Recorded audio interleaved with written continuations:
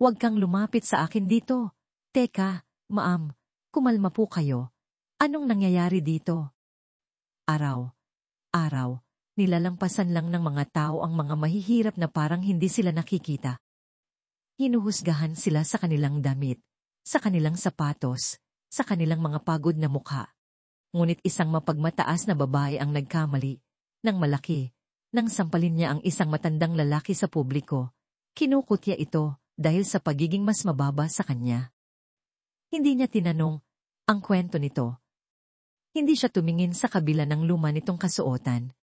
Ngunit isang tahimik na hapon, isang bagay na nakakagulat ang nangyari.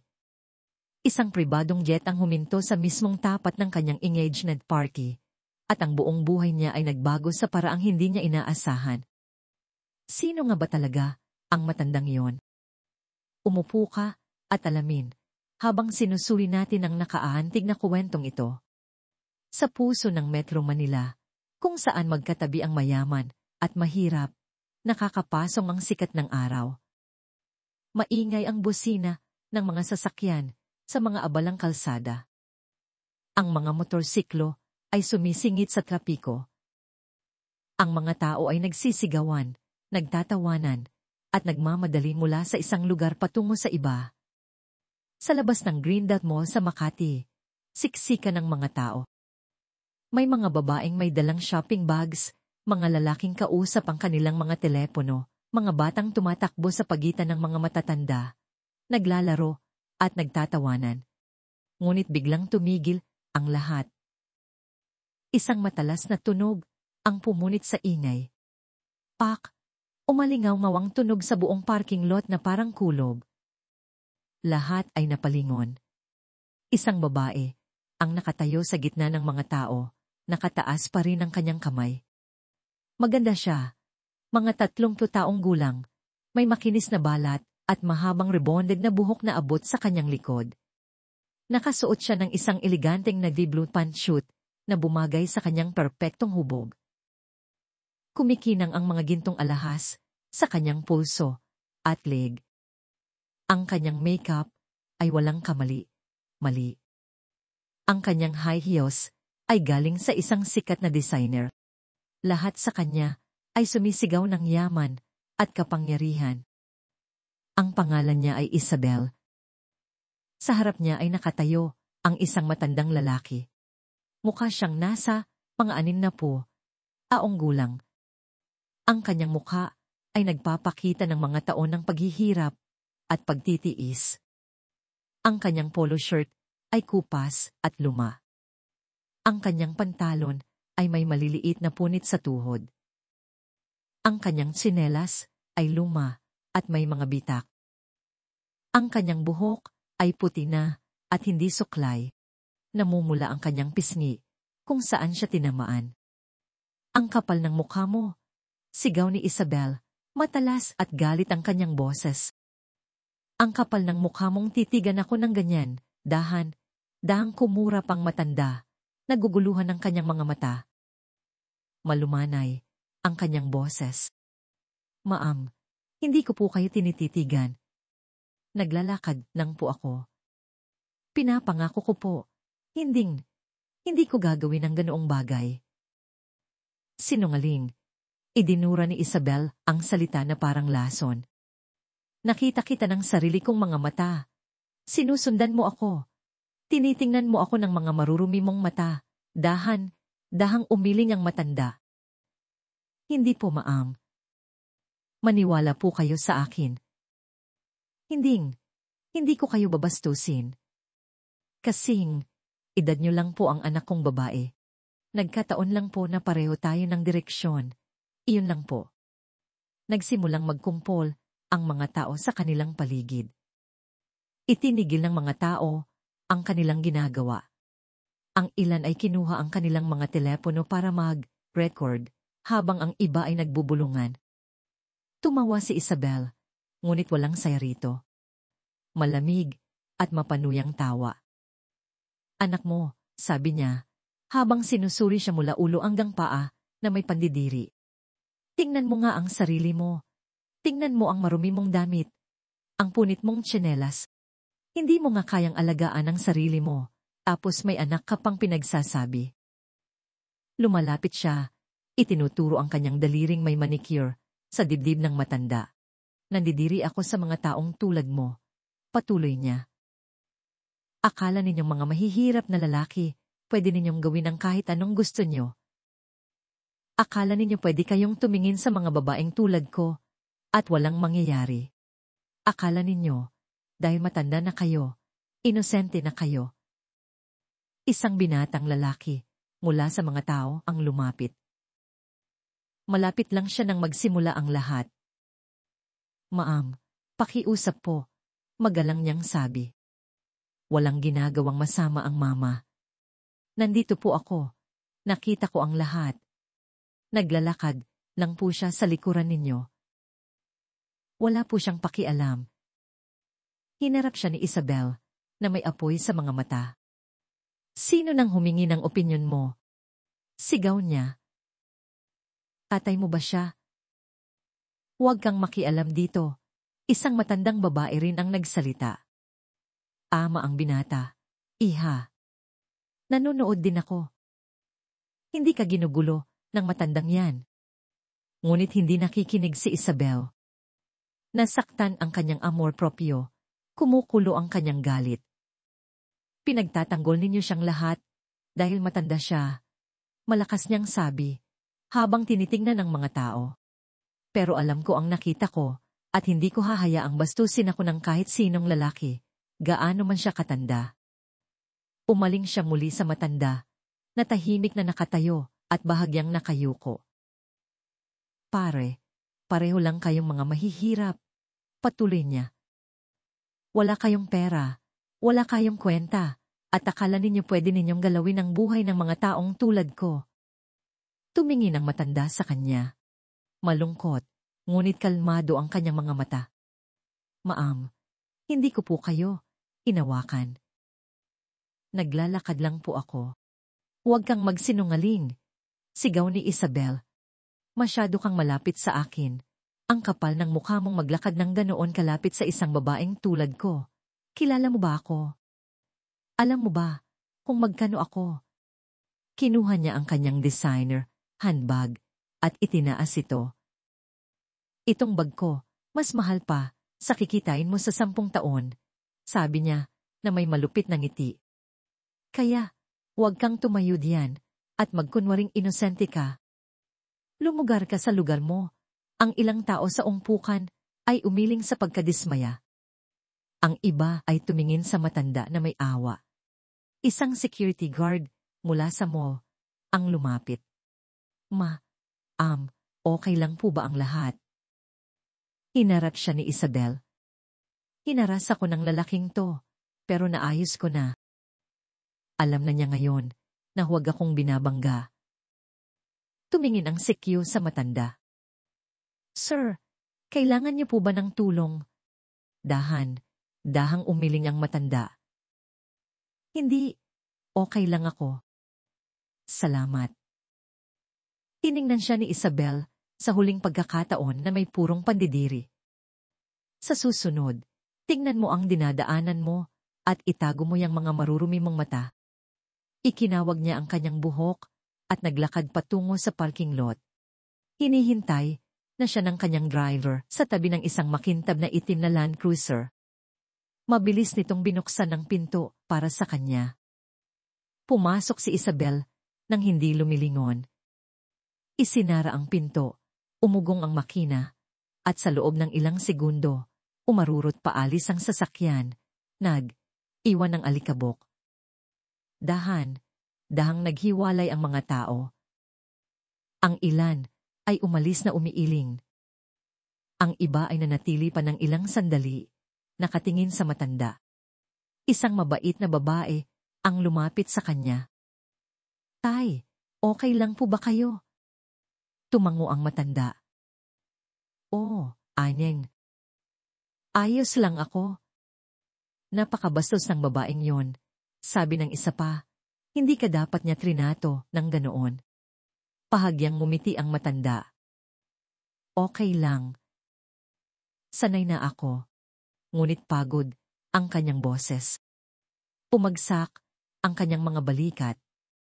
Dahan siyang naglakad sa gilid ng daan at pumupo sa bangketa. Ipinatong niya ang kanyang mga kamay sa tuhod at tumitig sa lupa. Ang kanyang mukha ay walang galit, anging kalungkutan. Dinaanan siya ng mga tao. Ang ilan ay sumusulyap na may awa. Ang iba ay hindi man lang tumitingin. Walang nakakakilala sa kanya. Walang nakakaalam ng katotohanan. Walang nakakaalam na ang buhay niya ay hindi tulad ng inaakala, at walang nakakaalam na ang babaeng sumampal sa kanya ay malapit ng harapin ng isang pagkabigla na hindi niya malilimutan. Makalipas ang 30 minuto, pumasok ang Land Cruiser ni Isabel sa driveway ng isang malaking modernong bahay sa Forbes Park. Matataas ang mga gate na gawa sa itim na bakal. Puti at cream ang pintura ng mga pader. Isang maliit na fountain ang nasa gitna ng hardin.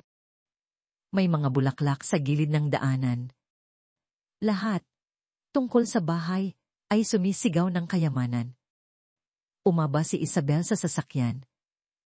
Nag-click ang kanyang takong sa batong daanan, habang naglalakad siya patungo sa pintuan. Ang kanyang driver ay sumusunod, bit-bit ang kanyang mga pinamili. Itinulak niya ang pinto at pumasok. Malamig ang hangin mula sa aircon. Makintab ang sahig na gawa sa marmol. Mga mamahaling painting ang nakasabit sa dingding. Isabel, nakabalik ka na. Isang malumanay na boses ang tumawag mula sa sala. Ito ang kanyang ina, si Aling Helen. Nasa mga 50s na siya, isang magandang babae na may mabait na mga mata at malambot na ngiti. Nakasuot siya ng isang simpleng blusa at pantalon. Ang kanyang buhok ay nakapusod. Malayo ang itsura niya sa kanyang anak. Si Aling Helen ay palaging mapagkumbaba. Naniniwala siya sa kabaitan, respeto, at pagtulong sa kapwa. Ngunit lumaki ang kanyang anak na iba. Mahal ni Isabel ang pera, estado, at kapangyarihan. Opo, ma, sagot ni Isabel. Ibinagsak ang kanyang handbag sa leather na sofa. Tumayo si Aling Helen at lumapit. Kamusta ang araw mo, anak? Nahanap mo ba ang hinahanap mo sa mall? Pumuntong. Hininga si Isabel at tinanggal ang kanyang takong. Okay naman po ang shopping, ma, pero may nangyaring nakakainis. Umupo ang kanyang ina, puno ng aalala ang mukha. Anong nangyari? Iminagayway ni Isabel ang kanyang kamay. May isang maruming, matandang lalaki na sumusunod sa akin. Tinititigan niya ako ng mga pangit niyang mata. Kinailangan kong turuan siya ng leksyon. Nagbago ang mukha ni Aling Helen. Nawala ang kanyang ngiti. Isabel, anong ibig mong sabihin na tinuruan mo siya ng leksyon? Sinampal ko siya, kaswa na sabi ni Isabel, na parang panahon lang ang uusapan. Doon mismo sa harap ng lahat. Kailangan niyang malaman na hindi niya ako pwedeng bastusin. Nanlaki ang mga mata ng kanyang ina sa gulat. Sinampal mo ang isang matandang lalaki. Isabel. Opo, ma. At deserve niya yon. Mahirap siya, marumi, at walang modo. Umiling si Aling Helen. Puno ng sakit ang kanyang mga mata. Anak, ano na nang nangyari sa'yo? Hindi ganyan ang pagpapalaki ko sa'yo. Hindi mo pwedeng tratuhin ang mga tao ng ganyan. Umirat si Isabel. Ma, please, wag niyo na po akong sermonan. Wala siyang kwenta. Malamang pulubi lang yon. Ang mga taong tulad niya, kailangang matuto ng respeto. Respeto, ulit ng kanyang ina, bahagyang tumaas ang boses. Ikaw ang nagsasalita ng respeto, Isabel. Ang matandang yon ay ama ng isang tao. Asawa ng isang tao. May damdamin siya, may kwento siya. Hindi mo alam kung ano ang mga pinagdaanan niya sa buhay. Tumayo si Isabel, Halata ang iritasyon sa mukha.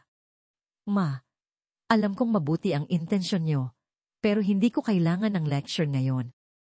Inawa ko lang ang dapat kong gawin. Hindi, mariing sabi ni Aling Helen. Hindi mo kailangang sangpalin siya. Pinili mong gawin yon, at mali ang pagpiling yon. Lumapit siya sa kanyang anak, at ipinatong ang kamay sa balikat nito. Anak, makinig ka. Ang pera ay hindi nagpapabuti sa iyo kaysa sa iba. Ang yaman mo ay hindi nagbibigay sa iyo ng karapatang maliitin ang kapwa. Ang matandang iyon ay maaring mahirap na yon.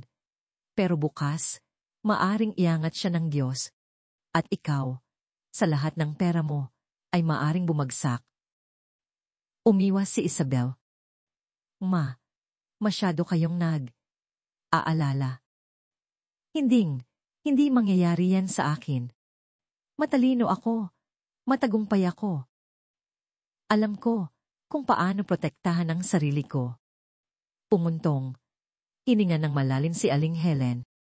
Ang pagiging mayabang ay laging nauuwi sa pagbagsak, Isabel. Ipinagdarasal kong matutunan mo ang leksyon na ito bago pa mahuli ang lahat. Kinuha ni Isabel ang kanyang handbag. Ma, pagod na ako. Akyat na ako para magpahinga. Tumalikod siya at naglakad patungo sa hagdanan. Umalingaw-ngaw ang kanyang mga yapak sa tahimik na bahay.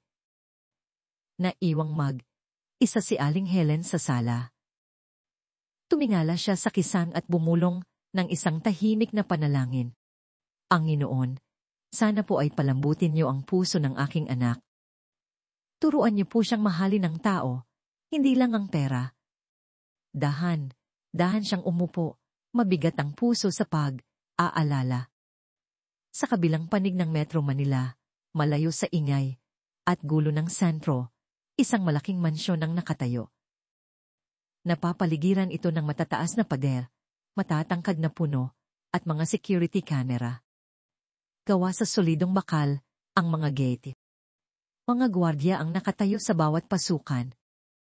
Sa loob ng mansyon, perpekto ang lahat. Ang sahig ay pinakintab na marmol, ang mga muebles ay imported, at mga kristal na chandelier ang nakasabit sa kisang. Ang mga dingding ay pinalamutian ng mga mamahaling sining. Sa malawak na sala, isang binata ang nakaupo sa isang leather na sofa. Nakasuot siya ng simpleng puting shirt at itim na pantalon. Gwapo ang kanyang mukha, may matikas na mga tampok at kalmadong mga mata. Ang pangalan niya ay Miguel. Siya ay 32 taong gulang. Si Miguel ay isang bilyonaryo. Ari siya ng isang matagumpay na tech company na nag-operate sa buong Southeast Asia. Mayroon siyang pera, kapangyarihan, at impluwensya. Ngunit sa kabila ng lahat ng kanyang yaman, may hinahanap pa rin siyang mahalaga, pag-ibig. Tunay na pag-ibig. Hindi ang uri ng pag-ibig na dahil sa pera, kundi ang uri na nagmumula sa puso. Scroll siya sa kanyang telepono, nagbabasa ng mga email at business report. Nakatuon ang kanyang isip, seryoso ang kanyang mukha. Biglang bumukas ang pintuan. Tumingala si Miguel. Isang matandang lalaki ang pumasok. Mukha siyang pagod. Ang kanyang damit ay luma at sira, at ang kanyang sinelas ay may mga bitak. Ngunit sa sanaling tumuntong siya sa loob ng mansyon, bahagyang tumuwid ang kanyang postura. Lumambot ang kanyang mga mata. Ito ang parehong lalaki na sinampal ni Isabel kanina. Ang pangalan niya ay Mang Ricardo at siya ang ama ni Miguel. Agad na tumayo si Miguel. Pa, lumabas na naman po kayo ngayon. Dahang tumango si Mang Ricardo habang umuupo sa sofa. Oo anak, lumabas ako. Umiling si Miguel. Halata ang pagkadismaya. Pa, ilang beses ko na pong sinabi sa inyo, hindi niyo na kailangang gawin to. Hindi niyo na kailangang lumabas diyan at magdusa ng ganito. Nasa atin na ang lahat. Hindi niyo na kailangang maglakad sa mga kalye na nakabihis na parang mahirap. Tumingin si Mang Ricardo sa kanyang anak na may pagod, ngunit determinadong mga mata. Miguel, umupo ka. May ipapaliwanag ako sa iyo. Dahang umupo si Miguel, naghihintay. Naaalala mo ba ang nanay mo? Tanong ni Mang Ricardo. Naging seryoso ang mukha ni Miguel. Opo, pa. Naaalala ko siya. Tumango si Mang Ricardo.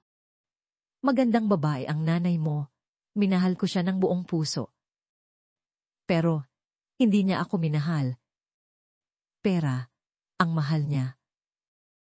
Uminto siya. Malayo ang tingin na parang inaalala ang masasakit na nakaraan. Noong nakilala ko siya, mahirap ako. Nagpupumilit akong mabuhay. Pero sabi niya, mahal niya ako. Sabi niya, hindi mahalaga ang pera.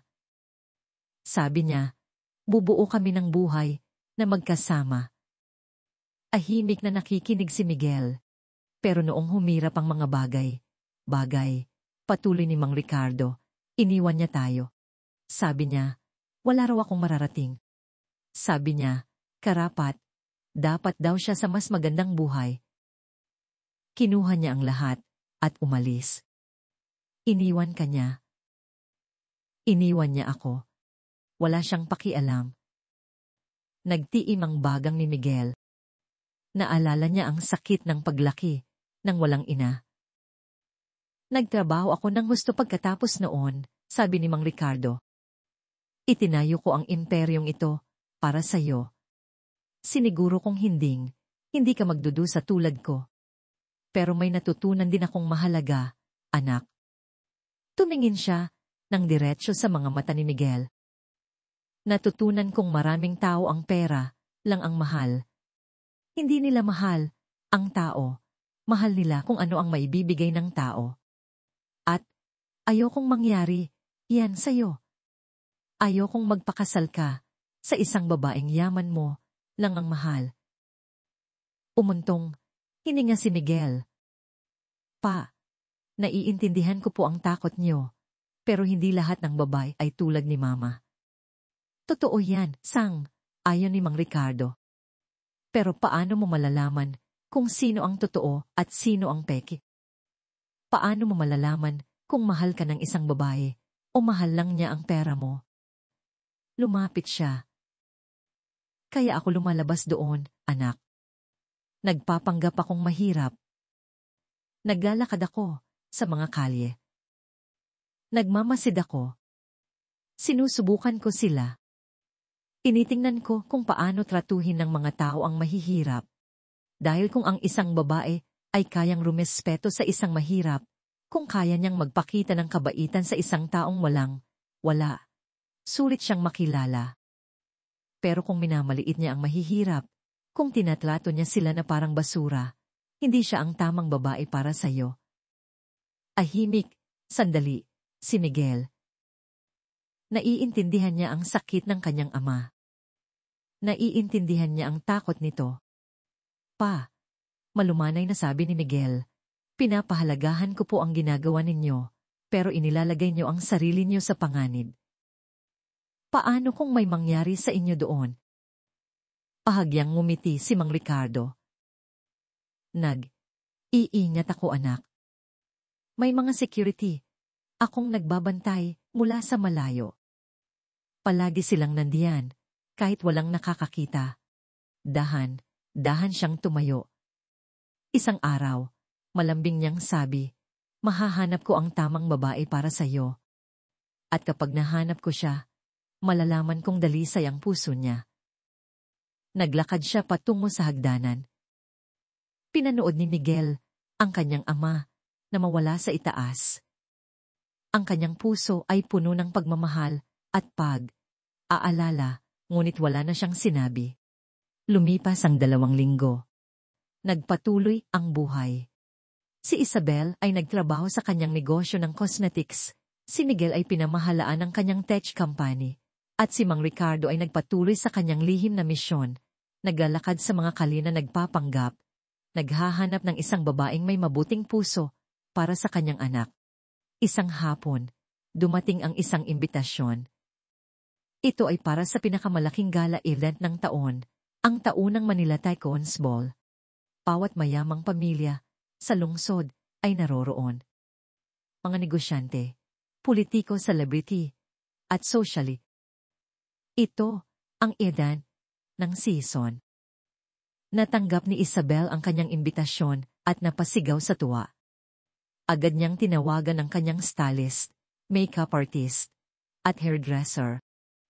Gusto niyang maging perpekto. Gusto niyang maging pinakamagandang babae sa gala. Gumugol siya ng maraming oras sa pagpili ng perpektong damit. Sa wakas, pinili niya ang isang napakagandang pulang terno gown na may gintong burda. Mahaba, elegante, at mamahalin. Ipinareha niya ito sa mga gintong alahas at designer heels. Ang kanyang ina, si Aling Helen, ay pumili ng isang simple, ngunit eleganteng asul na damit. Wala siyang pakialam sa pagpapasikat, gusto niya lang magmukhang disente. Sa gabi ng gala, sabay silang dumating sa dining. Ito ay ang Tay Peninsula, Manila, ang maranyang hotel sa lungsod. Ang pasukan ay pinalamutian ng mga ilaw. Isang red carpet ang nakalatag mula sa parking lot hanggang sa pintuan. Ang mga photographer ay nasa magkabilang panig, kumikislap ang mga kamera. Lumabas si Isabel sa kotse na parang isang reyna. Ngumiti siya at kumaway sa mga kamera. Nag-pose siya para sa mga larawan.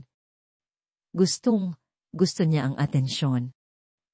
Ang kanyang ina ay sumunod ng tahimik sa likuran, mapagkumbaba at kalmado. Sa loob ng Grand Ballroom, nakamamangha ang eksena. Mga kristal na chandelier ang nakasabit sa mataas na kisan. Ang mga bilog na mesa ay natatakpan ng puting tela at gintong dekorasyon. Isang live band ang tumutugtog ng malambing na musika sa sulok. Ang mga waiter ay gumagalaw ng maayos sa gitna ng mga tao, may dalang mga tray ng inumin at pampagana.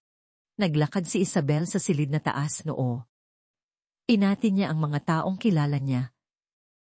Malakas siyang tumawa. Nakipaglandian siya. Siniguro niyang nakikita siya ng lahat. Sa kabilang panig ng lungsod, nakatayo si Miguel sa harap ng salamin, inaayos ang kanyang itim na tuxedo. Mukha siyang matikas at guwapo.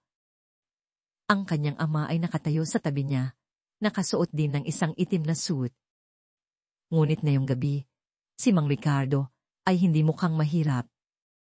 Mukha siyang hari. Mamahalin ang kanyang suit, makintab ang kanyang sapatos, at maayos ang kanyang buhok.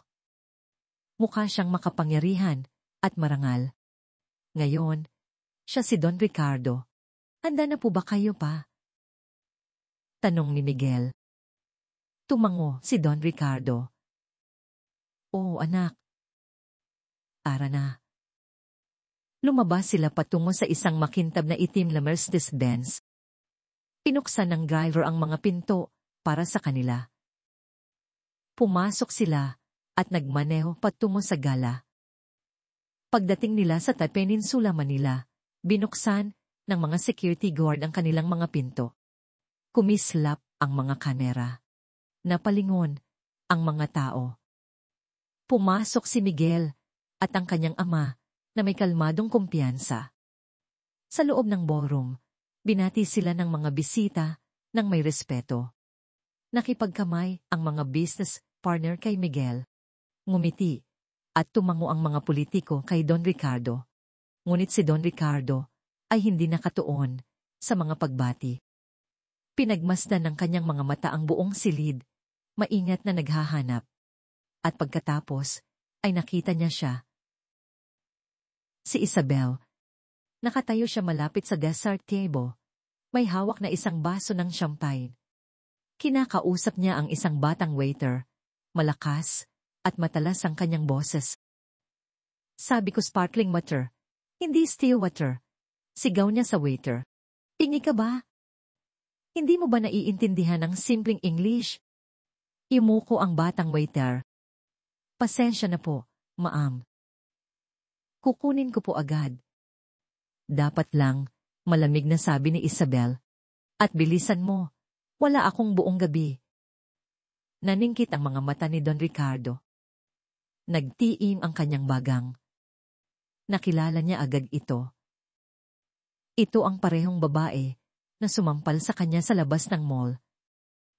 Wala siyang sinabi, ngunit pinanood niya itong mabuti. Mamaya, habang tumutugtog ang banda at nagsasayawan ng mga tao, nakita ni Isabel si Miguel sa kabilang panig ng silid. Nagliwanag ang kanyang mga mata na parang mga paputok. Nakilala na niya ito ng ilang beses sa iba't ibang event. Alam niyang mayaman ito.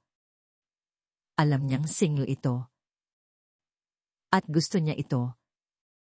Inayos niya ang kanyang damit, inayos ang kanyang buhok, at lumapit dito na may isang maliwanag na peking ngiti. Miguel, malamig niyang tawag. Lumingon si Miguel. Isabel, magandang gabi. Magandang gabi, sabi niya. Malambot at banayad ang boses. Ang tagal na rin nating hindi nag-uusap. Kamusta ka na?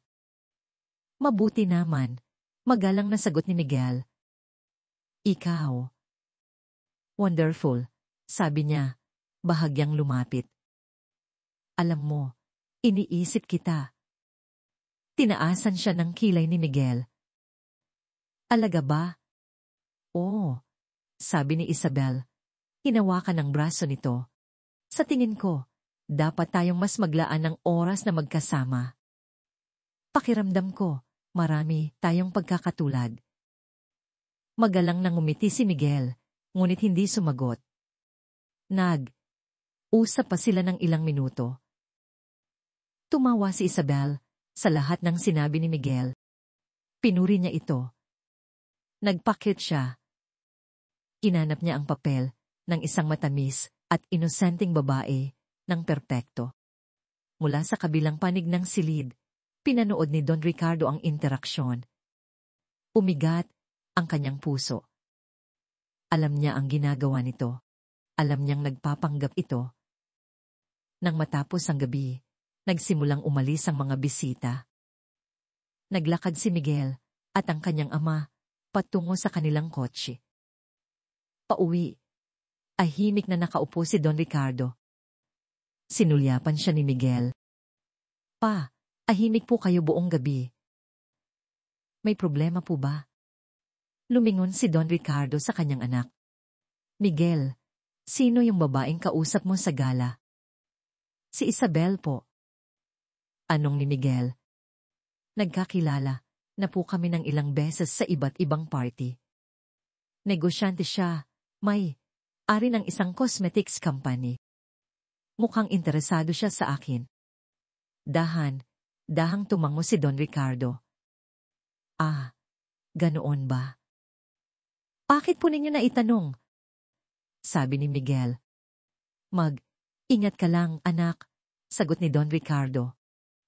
Maraming tao ang magaling magpanggap. Ngumingiti sa harap mo, pero madilim ang kanilang puso. Ngumiti si Miguel. Pa, masyado po kayong aalala. Kaya ko pong alagaan ang sarili ko. Ngunit hindi ngumiti pabalik si Don Ricardo. Nakatitig lang siya sa labas ng bintana sa madilim na gabi. Sa mga sumunod na araw, nagsimulang mag-date sina Isabel at Miguel. Araw siyang tumatawag. Nagpapadala siya ng matatamis na text message. Inanyayahan niya itong mananghalian sa mga mamahaling restaurant. Nasiyahan si Miguel sa kanyang kumpanya. Maganda siya, matalino, at napapatawa siya nito. Isang hapon, inanyayahan siya ni Miguel sa kanyang bahay. Isabel, Gusto kong makilala mo ang tatay ko, sabi niya. Tumibok ng mabilis ang puso ni Isabel sa tuwa. Gusto ko siyang makilala. Nagmaneho sila papunta sa mansyon. Pagdating nila, nakaupo si Don Ricardo sa sala, nagbabasa ng dyaryo. Ah, si Isabel po, sabi ni Miguel na may ngiti. Lumapit si Isabel nang may glasya. Nakasuot siya ng malambot na ngiti at ang kanyang boses ay kasing tamis ng pulot. Magandang hapon po, sir. Isang malaking karangalan po na makilala kayo, sabi niya. Yumuko ng may paggalang. Tumingin si Don Ricardo sa kanya. Maingat niyang pinag-aralan ang mukha nito. Hindi siya nito nakilala. Wala itong ideya na siya ang parehong lalaki na sinampal nito sa labas ng mall. Magandang hapon, kalmado niyang sagot. Umupo si Isabel at magalang na nagsalita. Pinuri niya ang magandang bahay. Pinuri niya ang mga muwebas. Mahinang tumawa sa mga biro ni Miguel. Tinawag niyang sir si Don Ricardo sa bawat pangungusap. Ngunit nakita ni Don Ricardo ang lahat. Nakita niya ang peking ngiti, ang matatamis na salita, ang pag-arte. Pagkatapos ng isang oras, tumayo si Isabel para umalis.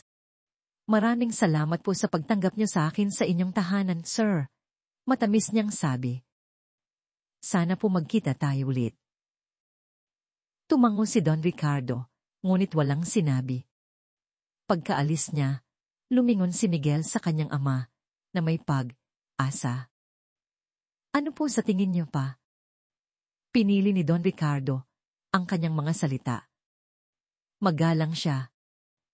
Pero, anong ni Miguel? Naramdaman ng pag-aalinlangan. Pero hindi ako nagtitiwala sa kanya, mariing sabi ng kanyang ama. Anak, pakiusap, ingat ka sa babaeng yan. Sa tingin ko, hindi siya ang taong pinapakita niya. Kumunot ang noo ni Miguel. Paranoid po kayo. Hindi niyo pa nga po siya kilala. Mas marami akong alam kaysa sa inaakala mo, sagot ni Don Ricardo. Umuntong. Hininga si Miguel sa pagkadismaya. Naiintindihan kung gusto niyo akong protektahan, pero hindi niyo ako pwedeng ilayo sa bawat babaeng makikilala ko. Hindi na po ako bata. Alam kong hindi ka na bata, malumanay na sabi ng kanyang ama. Pero ama mo pa rin ako, at palagi kitang poprotektahan, gusto mo man o hindi. Umiling si Miguel, at lumabas ng silid. Naiwan si Don Ricardo, na isa sa katahimikan. Nababagabag ang kanyang puso. Alam niya kung ano ang susunod niyang gagawin. Makalipas ang ilang araw, isinuot muli ni Don Ricardo ang kanyang mga lumang damit. Ang kupas na polo, ang punit na pantalon, ang silang tsinelas. Ahimik siyang umalis ng mansyon at pumunta sa isang maliit na cafe sa kabilang panig ng lungsod. Umupo siya sa isang mesa sa sulok malapit sa bintana at umorder ng isang tasa ng at naghintay siya. Makalipas ang 20 minuto, pumasok si Isabel sa cafe. Makikipagkita siya sa isang kaibigan. Nakasuot siya ng designer sunglasses at may dalang mamahaling handbag. Hindi niya napansin ang matandang lalaki sa sulok. Tahimik siyang pinanood ni Don Ricardo. Umupo siya sa isang mesa at umorder. Malakas siyang nakipag-usap sa telepono. Tumawa. Selfie. Ilang minuto pa, dinala ng waiter ang kanyang order. Eto na po ang pagkain niyo, ma'am, magalang na sabi ng waiter. Tiningnan ni Isabel ang plato at kumunot ang noo. Akit ang tagal. Paumanhin po ma'am, naging abala po ang kusina ngayon. Abala. Sigaw ni Isabel. Wala akong pakialam kung abala ang kusina. Halos 30 minuto na akong nakaupo dito. Hindi to katanggap. Anggap. Yumuko ang waiter. Pasensya na po talaga. Ma'am, hindi na aayos ng pasensya mo ang kahit ano, masakit niyang sabi. Ang babagal ninyong kumilos, mga walang silbi. Kilala niyo ba kung sino ako? Kaya kong bilhin ang buong cafe na to kung gugustuhin ko. Walang sinabi, ang waiter. Tahimik lang siyang umalis. Tumigas ang mga mata ni Don Ricardo. Sapat na ang nakita niya. Kinumpirma nito ang kanyang pinakamatinding takot.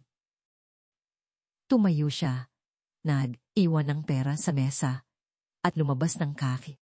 Nang gabing iyon, kinausap niya si Miguel sa sala.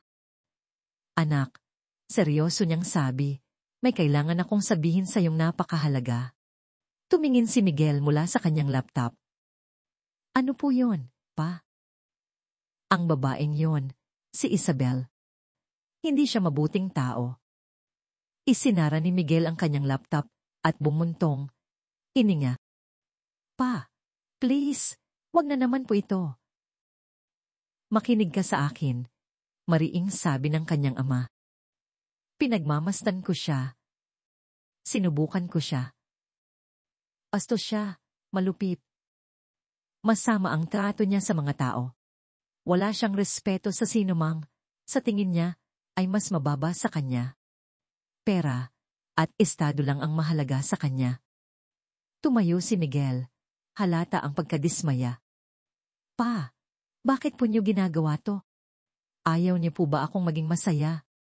Gusto kong maging masaya ka, sabi ni Don Ricardo. Bahagyang tumaas ang boses. Pero, hindi sa isang tulad niya.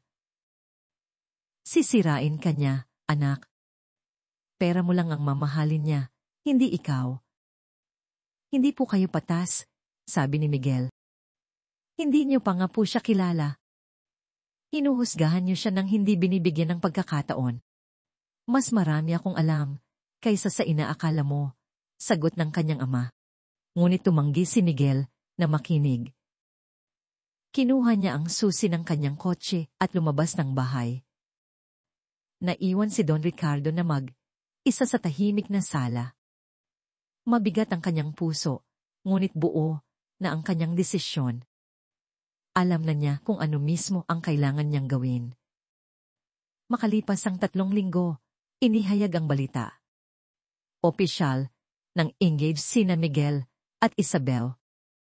Mabilis na kumalat ang balita sa social media. Pinati sila ng mga kaibigan, nagdiwang ang mga pamilya. Inawa ang mga plano para sa isang engrandeng engagement party. Tuwa si Isabel. Nag-post siya ng mga larawan sa Instagram, Facebook, at Twitter. Tinawagan niya ang lahat ng kanyang mga kaibigan at ipinagmalaki ang pagpapakasal sa isang bilyonaryo. Pinalak niya ang bawat detalye ng event. Masaya si Aling Helen para sa kanyang anak, ngunit sa kaibuturan ng kanyang puso, hindi siya mapakali. May mali. Ang engagement party ay gaganapin sa Peninsula, Manila, ang parehong maranyang venue kung saan ginanap ang gala. Walang tinipid. Ang ballroom ay pinalamutyan ng libong puting rosas. Kumikinang ang mga kristal na chandelier. Isang live band ang kinuha. Ang listahan ng mga bisita ay may higit sa 200 katao. Sa araw ng engagement, abala ang hotel. Tumating ang mga bisita, sakay ng mamahaling sasakyan. Ang mga babae ay nakasuot ng designer gowns, ang mga lalaki ay tailored suits. Kumislap ang mga kamera. Tumugtog ang musika. Mukhang prinsesa si Isabel. Nakasuot siya ng isang napakagandang colored gown na may silver embroidery. Ang kanyang makeup ay perpekto. Ang kanyang buhok ay nakaayos. Suot niya ang mga diamanting alahas na kumikinang sa ilalim ng mga ilaw. Nakatayo si Miguel sa tabi niya, suot ang isang matikas na navy blue suit. Mukha siyang guwapo at proud. Nakatayo si Don Ricardo, malapit sa pasukan, tahimik na pinagmamasdan ng lahat. Kalmado ang kanyang mukha, ngunit matalas ang kanyang mga mata. Lahat ay tila perpekto. Lahat ay nakangiti. Masaya ang kapaligiran. At biglang may nangyaring hindi inaasahan. Umalingaw-ngaw ang tunog ng mga yabag sa marmol na sahig. Napalingon ang mga bisita. Isang matandang lalaki ang dahang pumasok sa ballroom. Nakasuot siya ng kupas at punit na damit. Sira ang kanyang tsinelas. Pagod ang kanyang mukha. Tila hindi siya nababagay sa gitna ng mayayamang bisita. Agad na lumapit sa kanya ang mga security guard. "Sir, pribadong inet po ito," sabi ng isang guard. "Bawal po kayo dito." Ngunit nagpatuloy sa paglakad ang matanda. Kalmado siyang lumampas sa kanila.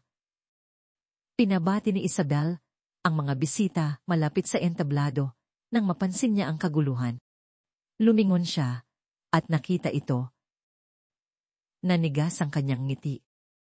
Nanlaki ang kanyang mga mata. Tumigil ang kanyang puso. Nakilala niya ito agad. Anong ginagawa niya dito? Pulong niya sa sarili. Nagmarsa siya patungo dito. Malakas ang klik ng kanyang takong. Puno ng galit ang kanyang mukha. "Anong karapatan mong pumasok dito?" sabi niya. "Pribadong event ito para sa mga imbitadong bisita lang. Lumayas ka ngayon din." Kalmadong tumingin sa kanya ang matanda. Wala siyang sinabi. Naningkit ang mga mata ni Isabel. At biglang nag-flash ang pagkakakilala sa kanyang mukha. "Teka, dahan niyang sabi. Kilala kita. Ikaw yung lalaki. Yung sa mall. Yung sinampal ko." Nagsimulang magkumpol ang mga bisita. Kumalat ang mga bulungan. "Ini, stalk mo ako," sigaw ni Isabel. "Sinundan mo ako dito. Gusto mong sirain ang engagement ko. Sa Q. Palabasin ang lalaking to." Sumugod si Miguel. "Isabel, anong nangyayari?" "Stalker ang lalaking to," malakas na sabi ni Isabel. "Sinisigurong maririnig ng lahat. Ilang linggo na niya akong sinusundan. Tingnan niyo siya. Ang dumi niya. Mahirap siya. Hindi siya nababagay dito." Tahimik na nakatayo ang matanda. Hindi niya ipinagtanggol ang sarili. Hindi siya nagsalita. Tinitingnan niya lang ito. Sumabog ang galit ni Isabel. "Kaawa. Awa ka." Idinura niya. "Akala mo makakapunta ka dito at ipapahiya mo ako? Akala mo makakatayo ka sa harap ng lahat ng taong to at ipapamukha akong masama?" Lumapit siya. Tumutulo ang lason sa kanyang boses. "Ang mga taong tulad mo, dapat alam ang lugar ninyo. Wala kang kwenta, wala kang pera, at habang buhay kang magiging wala. Ngayon, lumayas ka bago kita ipakulong." Sinubukan siyang pakalmahin ni Miguel. "Isabel, please, hayaan mo na ang SQ ang umasikaso." Ngunit wala na sa katinuan si Isabel. Itinuro niya ang daliri sa matanda. "Isa kang kahihiyan. Lumayas ka na." Dahang tumalikod ang matanda. Naglakad siya patungo sa labasan. Ngumiti si Isabel sa tagumpay. Umarap siya muli sa mga bisita, handa nang ipagpatuloy ang selebrasyon. Ngunit may nangyari na walang sinuman ang inaasahan. Ang tunog ng mga elisi ng helicopter ay pumuno sa hangin. Nayanig ng malakas na ingay ang mga bintana. Lahat ay tumingala. Isang helicopter ang lumalapag sa rooftop ng hotel. Nagningning ang mukha ni Isabel sa tuwa. "Si Father, law ko na siguro yan. Helicopter siya. Nakita niyo ba yon? Lahat. Helicopter ang Father, law ko." Pumalakpak siya. Ngumiti siya nang may pagmamalaki. Tiningnan niya ang mga bisita. Naghihintay na humanga sila. Nagbulungan ang mga bisita. Itinutok ng mga kamera ang kanilang lente pa itaas. Ilang minuto pa, umalingaw-ngaw ang mga yabag mula sa hagdanan. Lahat ay napalingon. Isang lalaki ang lumitaw sa tuktok ng hagdan. Nakasuot siya ng isang matikas at mamahaling itim na suit. Ang kanyang sapatos ay perpektong kintab. Ang kanyang presensya ay nag-utos sa buong silid. Si Don Ricardo iyon. Ngunit ngayon, hindi siya mukhang mahirap. Mukha siyang maharlika. Nagsimulang maglaho ang ngiti ni Isabel. Kumalat ang pagkalito sa kanyang mukha. Dahang bumaba si Don Ricardo sa hagdan. Bawat mata sa silid ay nasa kanya. Tumiretso siya sa mikropono sa entablado. Dahan niyang tinapik ito. Umalingaw-ngaw ang tunog sa tahimik na ballroom. Magandang gabi sa inyong lahat, sabi niya. Kalmado ngunit makapangyarihan ang boses. Ang pangalan ko ay Ricardo Ocampo. Ako ang ama ni Miguel. Napuno ng hininga ang silid. Namutla ang mukha ni Isabel. Nandito ako ngayong gabi para ibahagi ang isang bagay na napakahalaga, patuloy ni Don Ricardo. Marami sa inyo ang nakakakilala sa akin bilang isang matagumpay na negosyante. Ngunit ang hindi ninyo alam ay sa loob ng nakaraang ilang buwan, naglalakad ako sa mga kalye ng Maynila na nagpapanggap na isang mahirap na tao. Sumabog sa bulungan ang silid. Inawa ko ito, sabi niya, dahil gusto kong humanap ng mabuting babae para sa aking anak. Isang babaeng mamahalin siya dahil sa kung sino siya, hindi dahil sa kung ano ang mayroon siya. Isang babaeng may mabuting puso. Isang babaeng may respeto at dignidad. Isang babaeng pantayang trato sa lahat ng tao, mayaman man o mahirap. Uminto siya at tumingin ng diretso kay Isabel. Natahimik ang buong silid. 3 linggo na ang nakalipas. Patuloy niya, sa labas ng Greenbelt Mall, tahimik akong naglalakad, nang bigla na lang, ang babaeng ito, itinuro niya si Isabel, ay sinampal ako sa publiko. Pumuka ang bibig ni Isabel, ngunit walang salitang lumabas. Namula ang kanyang mukha sa hiya. Ininsulto niya ako, sabi ni Don Ricardo. Tinawag niya akong marumi. Sinabi niyang wala akong kwenta. Sinabi niyang mas mababa ako sa kanya. Kinutya niya ang damit ko, ang itsura ko, lahat tungkol sa akin. Hindi siya nagpakita ng awa, ng habag, ng respeto. Napalingon ang mga bisita kay Isabel. Ang ilan ay umiling sa pagkadismaya. Ang iba ay nagbulungan. Pero wala akong sinabi noong araw na yon, patuloy ni Don Ricardo. Tahimik akong umalis. Gusto ko siyang bigyan ng pagkakataon. Gusto kong makita kung baka masama lang ang araw niya. Kaya, pinanood ko siya. Sinubukan ko siya. Tumingin siya sa paligid. Pumunta ako sa isang cafe kung saan siya kumakain. Pinanood ko kung paano niya tratuhin ang waiter na nagdala ng kanyang pagkain ng medyo huli. Ininsulto niya ito, minaliit, at ipinaramdam na walang halaga dahil lang sa ginagawa nito ang kanyang trabaho. Napakatahimik ng silid na maririnig mo ang pagbagsak ng isang karayom. Dinala siya ng anak ko dito sa bahay para ipakilala sa akin, sabi ni Don Ricardo. Ngumiti siya ng matamis, magalang na nagsalita. Tinawag akong sir sa bawat pangungusap. Umati siyang parang perpektong babae. Uminto siya. Pero alam kong lahat yun ay pag-alte. Alam ko ang tunay niyang pagkatao. At ngayong gabi, ilang minuto lang ang nakalipas, pinatunayan niya ito muli. Nang makita niya akong nakabihis na mahirap, ininsulto niya ako. Tinawag niya akong kaawa. Awa. Sinabi niyang wala akong kwenta. Gusto niya akong palabasin na parang basura. Nagsimulang manginig ang mga kamay ni Isabel. Napuno ng luha ang kanyang mga mata. Wala ako dito para kanselahin ang engagement, mariing sabi ni Don Ricardo. Desisyon niya ng anak ko. Nandito lang ako para ipakita sa lahat ang katotohanan. Nandito ako para ibunyag ang tunay niyang mukha. Dahil ang isang babaeng hindi kayang rumespeto sa mahihirap, na hindi kayang magpakita ng kabaitan sa mga kapos-palad, ay hindi karapat, dapat sa pagmamahal ng isang mabuting lalaki. Umalis siya sa mikropono at tumingin sa kanyang anak. Nakatayong naniga si Miguel. Ang kanyang mukha ay nagpapakita ng halong gulat, galit, at pagtataksil. Dahan siyang lumingon kay Isabel. Totoo ba? Tanong niya. Malamig ang boses. Pumuka ang bibig ni Isabel. Tumutulo ang luha sa kanyang mga pisngi. Miguel, pakiusap. Hayaan mo akong magpaliwanag. Totoo ba? Ulit niya, mas malakas ang boses.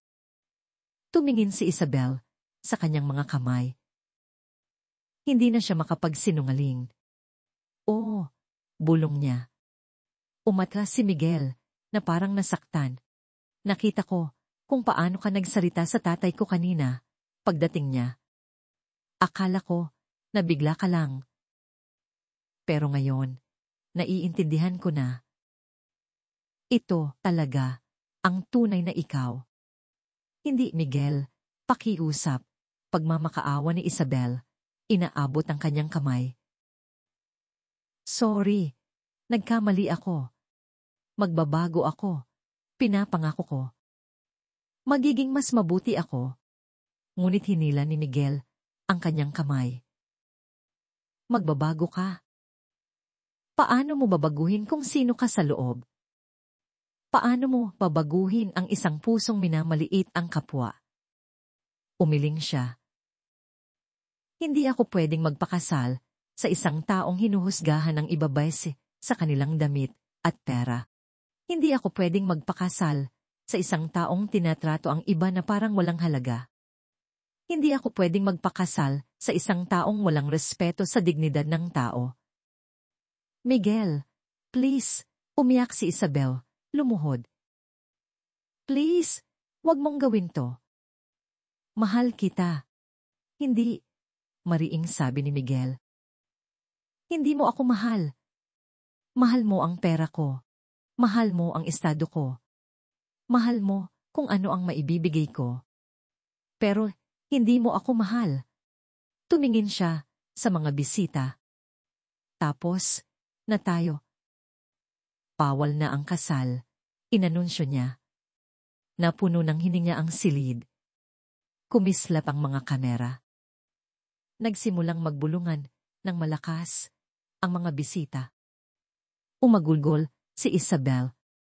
Hindi, pakiusap, wag mo akong iwan. Patawarin mo ako. Patawarin mo ako. Ngunit nakatalikod na si Miguel. Lumakad siya patungo sa kanyang ama. Tara na, pa.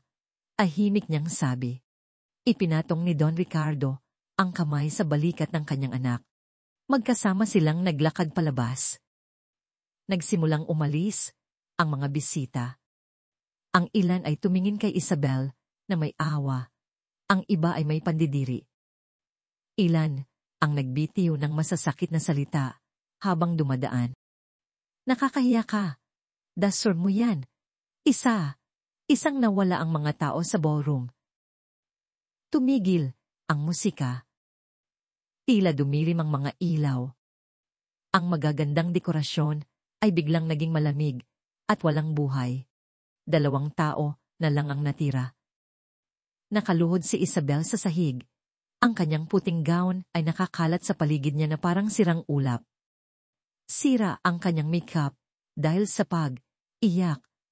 Nakatakip ang kanyang mga kamay sa mukha. Sa tabi niya ay nakatayo si Aling Helen, ang kanyang ina. Tumutulo ang luha sa mga pisngi nito. Tiningnan niya ang kanyang anak na may sakit sa puso. Isabel, malumanay niyang sabi. Sinabihan na kita, anak. Sinabi ko sa iyong respetuhin mo ang mga tao. Sinabi kong sisirain ka ng pagiging mayabang mo, pero hindi ka nakinig. Tumingin si Isabel sa kanyang ina. Namamaga ang mukha sa pag-iyak. Ma, anong gagawin ko ngayon? Paano ko aayusin to? Lumuhod si Aling Helen sa tabi ng kanyang anak at hinawakan ng kamay nito. Hindi mo na ito maaayos, anak, malumanay niyang sabi. Ang nangyari ay nangyari na. Pero pwede kang matuto mula dito. Pwede kang magbago. Pwede kang maging mas mabuting tao. Pero nawala na ang lahat sa akin. Umikbi si Isabel. Nakita ng lahat ang nangyari. Alam ng lahat ang totoo. Paano ako haharap sa kanila? Harapin mo sila ng may pagpapakumbaba, sabi ng kanyang ina. Aminin mo ang iyong mga pagkakamali. Humingi ka ng tawad sa mga nasaktan mo at gugulin mo ang natitirang bahagi ng iyong buhay sa pagtrato sa mga tao nang may respeto na nararapat sa kanila. Lalong umiyak si Isabel. Nanginginig ang kanyang katawan sa lungkot at pagsisisi. Niyakap ni Aling Helen ang kanyang anak. Halika, anak. Umuwi na tayo. Tinulungan niyang tumayo si Isabel. Dahan silang lumabas ng walang laman na ballroom. Iniwan ang mga basag na pangarap at sirang pangako. Sa labas, malamig ang hangin. Kumikislap ang mga ilaw ng lungsod sa di kalayuan. Nagpatuloy ang buhay para sa lahat. Ngunit para kay Isabel, wala nang magiging pareho. Samantala, sa likod ng Mercedes-Benz, tahimik na nakaupo si Miguel sa tabi ng kanyang ama. Matagal silang hindi nagsalita. Sa wakas, binasag ni Miguel ang katahimikan. Salamat pa. Malumanay niyang sabi. Salamat po sa pagprotekta sa akin. Lumingon si Don Ricardo sa kanyang anak. Inawa ko lang ang gagawin ng sinumang ama. Hindi ko pwedeng hayaan kang magpakasal sa isang taong sasaktan ka. Tumango si Miguel. Naiintindihan ko na po ngayon kung bakit kayo lumabas doon. Naiintindihan ko na po kung bakit niyo sinubukan ng mga tao. Nagalit po ako sa inyo noon, pero ngayon nakikita kong tama po kayo. Ipinatong ni Don Ricardo ang kanyang kamay sa balikat ni Miguel. Anak, ang tunay na pag-ibig ay bihira. Pero kapag nahanap mo ito, malalaman mo dahil ang tunay na pag-ibig, nakikita ang puso, hindi ang pera.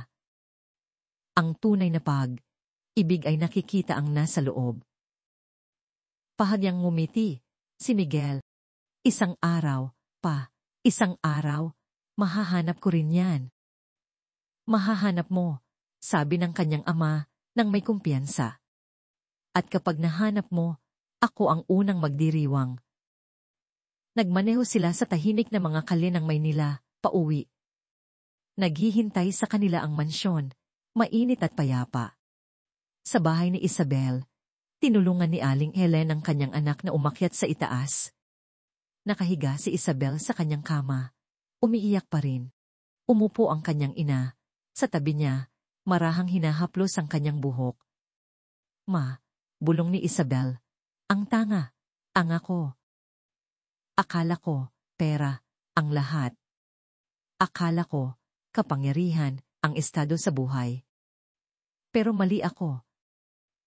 O anak, malumanay na sabi ng kanyang ina. Mali ka. Pero ngayon, alam mo na ang katotohanan. At iyon, ang unang hakbang para maging mas mabuti. Ipinikit ni Isabel ang kanyang mga mata. Wasak ang kanyang puso. Durog ang kanyang pride. Sira ang kanyang reputasyon. Ngunit sa kaibuturan, isang maliit na buto ng pagbabago ang nagsimulang tumubo. Pakasakali, ang masakit na aral na ito ay magbabago sa kanya upang maging ang taong dapat siya. Lumipas ang 3 buwan. Umiwas si Isabel sa mata ng publiko. Isinara niya ang kanyang mga social media account. Tumigil siya sa pagdalo sa mga party at event. Inugol niya ang karamihan ng kanyang oras sa bahay, nagninilay, nilay. Hinikayat siya ng kanyang ina na volunteer sa isang local charity. Noong una, aalangan si Isabel, ngunit dahan, nagsimula siyang tumulong. Naghain siya ng pagkain sa mga walang tirahan. Donate siya ng mga damit. Nakinig siya sa mga kwento ng mga tao. At sa unang pagkakataon sa kanyang buhay, nakita niya ang mga mahihirap hindi bilang mas mababa sa kanya, kundi bilang mga taong may damdamin, pangarap, at dignidad. Isang hapon, habang naghahain ng pagkain sa isang shelter, nakita ni Isabel ang isang matandang lalaki na nakaupo sa sulok. Naalala niya si Don Ricardo. Kumirot ang kanyang puso sa pagsisisi. Lumapit siya dito at lumuhod. Magandang hapon po, Tay. Malumanay niyang sabi. Gusto niyo po ba ng pagkain? Tumingin sa kanya ang matanda na may pagod na mga mata. Oh, Aineng. Maingat siyang pinagsilbihan ni Isabel. Siniguro niyang puno ang kanyang plato. Pinigyan niya ito ng tubig. Tinanong niya kung may kailangan pa ito. Ngumiti ang matanda. Salamat anak. Pagpalain ka ng Diyos. Napuno ng luha ang mga mata ni Isabel. Hindi po, Tay. Salamat po. Salamat po sa pagpayag ninyong pagsilbihan ko kayo. Ahinik siyang umalis, mas magaan ang puso kaysa sa mga nakaraang buwan. Samantala, nagpatuloy si Miguel sa kanyang buhay. Focus siya sa kanyang negosyo. Ukol siya ng oras sa kanyang ama. Naglakbay siya, nagbasa, nanalangin. At matiyaga siyang naghintay para sa tamang babae na darating sa kanyang buhay. Isang gabi, nakaupo si Don Ricardo kasama ang kanyang anak sa sala. Anak, sabi niya, proud ako sa'yo. Tumingin si Miguel sa kanyang ama. Bakit po pa? Dahil ginawa mo ang tamang desisyon, sabi ni Don Ricardo. Hindi iyon madali, pero pinili mo ang karakter kaysa sa ganda. Pinili mo ang integridad kaysa sa estado. Pinili mo ang iyong mga prinsipyo kaysa sa pansamantalang kaligayahan. Ngumiti si Miguel. Tinuruan niyo po ako ng mabuti pa. Ngumiti pabalik si Don Ricardo. At isang araw, kapag nahanap mo na ang tamang babae, malalaman ko. Dahil tratuhin niya ang lahat ng may respeto. Makikita niya ang puso ng mga tao, hindi ang kanilang pitaka. Mamahalin ka niya dahil sa kung sino ka, hindi dahil sa kung ano ang mayroon ka. Naniniwala po akong darating ang araw na yon, sabi ni Miguel. Darating, sagot ng kanyang ama. Maging matiyaga ka lang. Ang mabubuting bagay ay dumarating sa mga naghihintay. Naupo sila ng magkasama sa komportableng katahimikan, pinapanood ang paglubog ng araw. Sa kabilang panig ng lungsod, nakaupo si Isabel sa kanyang silid, nagsusulat sa kanyang journal. Isinulat niya ang tungkol sa kanyang mga pagkakamali, mga aral, at asa para sa pagbabago. Nagkamali ako, isinulat niya. Hinuhusgahan ko ang mga tao sa kanilang panlabas na anyo. Sinusukat ko ang halaga sa yaman. Akala ko mas nakatataas ako dahil may pera ako. Pero bulag ako. Ang tunay na halaga ay hindi sa kung anong mayroon ka, kundi sa kung sino ka. Ang tunay na ganda ay hindi sa mamahaling damit, kundi sa isang mabuting puso. Ang tunay na kapangyarihan ay hindi sa kung paano mo tratuhin ang mayayaman, kundi sa kung paano mo tratuhin ang mahihirap. Isinara niya ang kanyang journal at tumingin sa labas, sa madilim na kalangitan. Kumikislap ang mga bituin na parang maliliit na ilaw ng pag-asa. Marahil nawala sa kanya si Miguel. Marahil nawala ang kanyang reputasyon. Marahil nawala ang lahat ng akala niyang mahalaga. Ngunit mayroon siyang nakuha na mas mahalaga. Nagkaroon siya ng karunungan. Nagkaroon siya ng pagpapakumbaba. Nagkaroon siya ng pagkakataong maging mas mabuting tao. At iyon, napagtanto niya, ay mas mahalaga kaysa sa lahat ng pera sa mundo. Kumalat ang kwento ng sampalan sa buong Metro Manila. Pinag-usapan ito ng mga tao ng maraming buwan. Naging aral ito na ikinukwento ng mga magulang sa kanilang mga anak.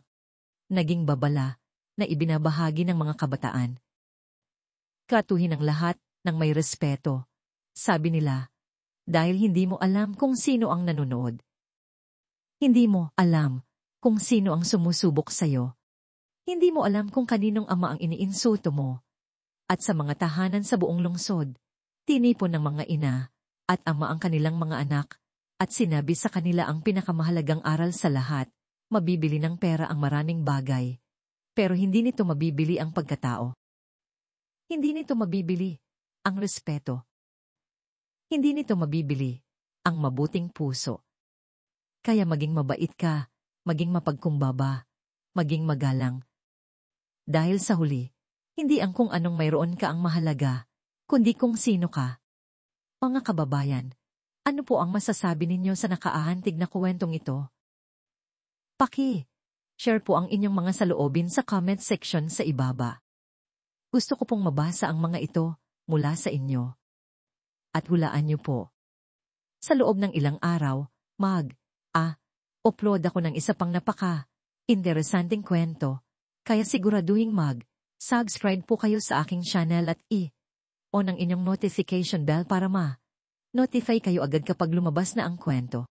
Kung nagustuhan ninyo ang kwentong ito, pindot po ang like button at share sa inyong mga kaibigan. Maraming salamat po sa panonood.